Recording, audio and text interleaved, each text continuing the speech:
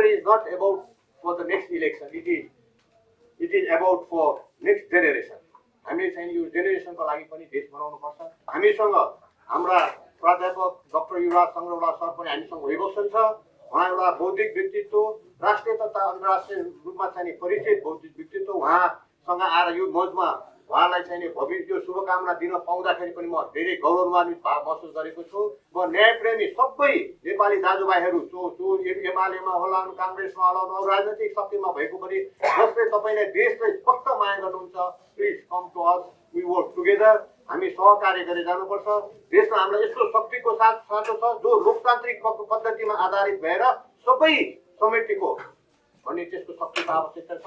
We have to work together, सँगै हिँड्नुपर्छ, बस्नुपर्छ भन्ने मेरो चाहना छ, हाम्रो चाहना छ। हामी त्यही काममा चाहिँ अगाडि बढ्छौँ।